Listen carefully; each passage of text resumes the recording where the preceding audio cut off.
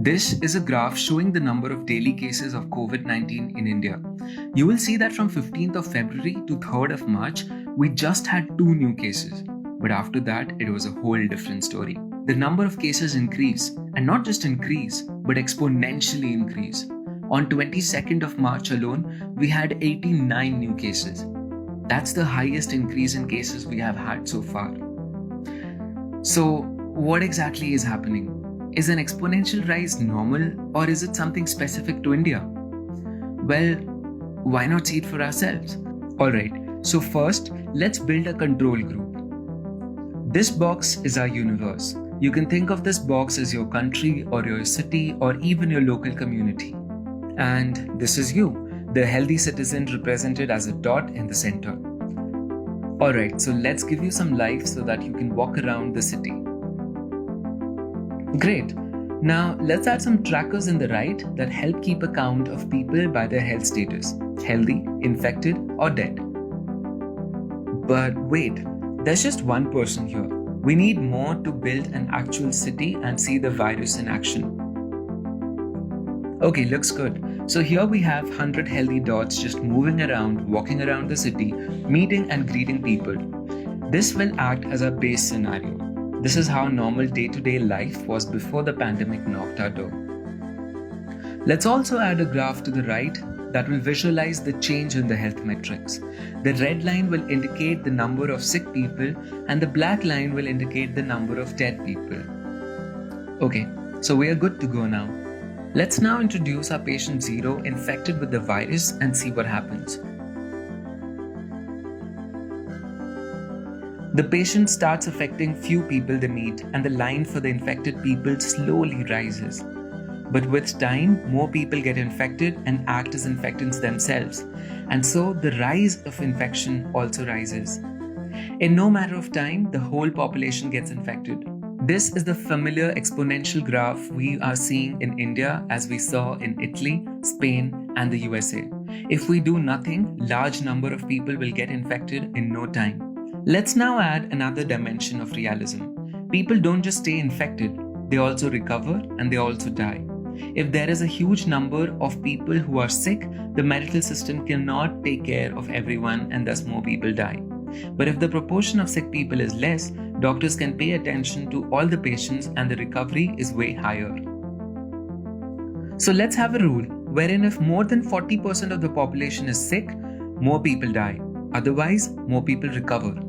A death will be shown by a dot disappearing and recovery will be shown by the dot turning blue.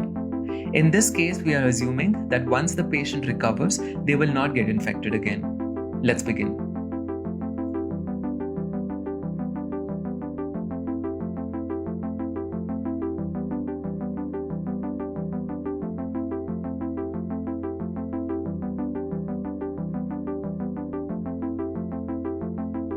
We see that the deaths begin to rise as the infection graph crosses 40%. Large number of people die while few also get recovered. The population settles with 57% of humanity wiped out.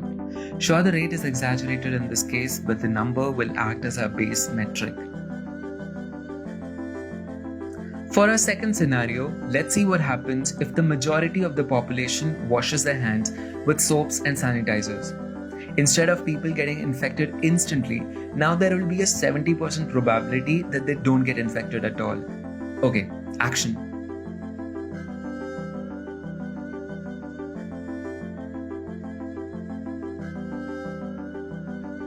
So in this case, fewer collisions result in infections because people are washing their hands and so the virus cannot transmit even if it reaches them. This is what happened in South Korea where people took great care of their hygiene. But as you see, the death rate is still high at 41%. Definitely an improvement from 57%, but still high. For our third strategy, let's restrict the movement within the city. Let's put the city in a lockdown. We'll ensure that the people still wash their hands. And we leave a small window open in the lockdown to reflect the real world scenario.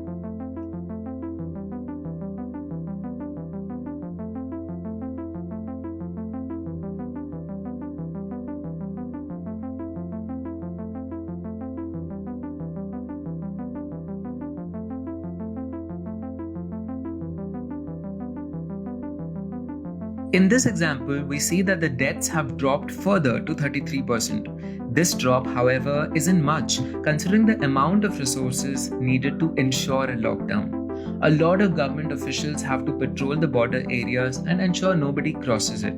This requires a lot of effort. What happens if we make the lockdown stricter? Let's say far fewer people can now cross the barrier. Let's see.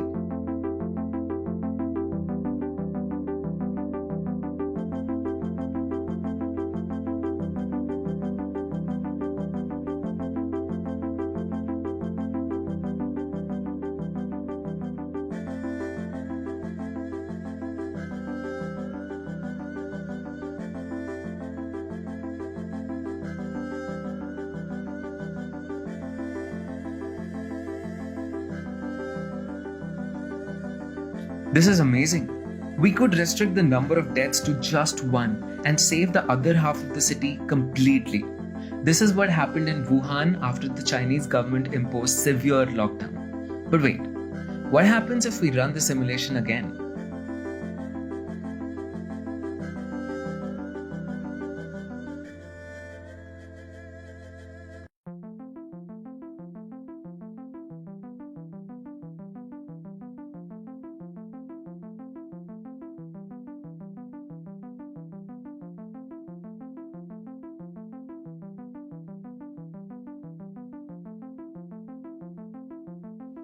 So in this run, despite the same setup with just one person escaping the lockdown, we see the deaths again rise to 32%, meaning lockdowns can be broken easily.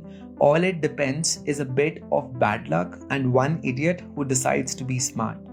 This is what happened in Italy. When the northern parts of Italy, including Lombardy, the capital area, were put in a lockdown, people just moved to the southern part, and the deaths didn't come to stop as they came down in Wuhan. In practice, all democratic countries will have a very tough time imposing lockdowns. Okay, so for our final strategy, let's try the method everyone has been talking about: social distancing. In this case, people stay in their homes and they don't go out as much.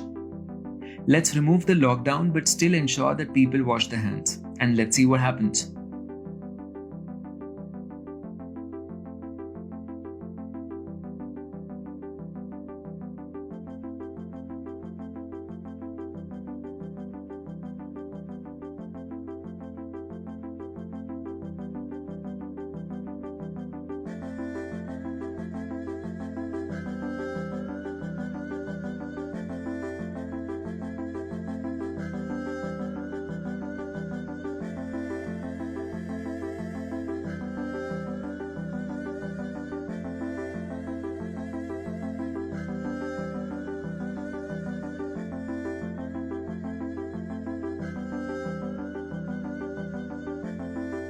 Well, isn't this pretty amazing?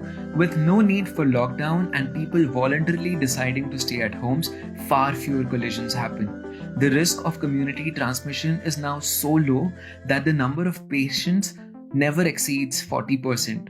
Thus, the hospitals can now take care of the infected people and the recovery rates increase. In such a society, the death rate falls below 2%. This is what will happen if we all decided to participate in social distancing. Now, compare this with the initial 57% death rate if none of us do anything. The truth of the matter is, the success of our world today lies not on the governments, not on the big companies, but on ourselves, you and me. Guys, let's stay home and save the world. Jai Hind.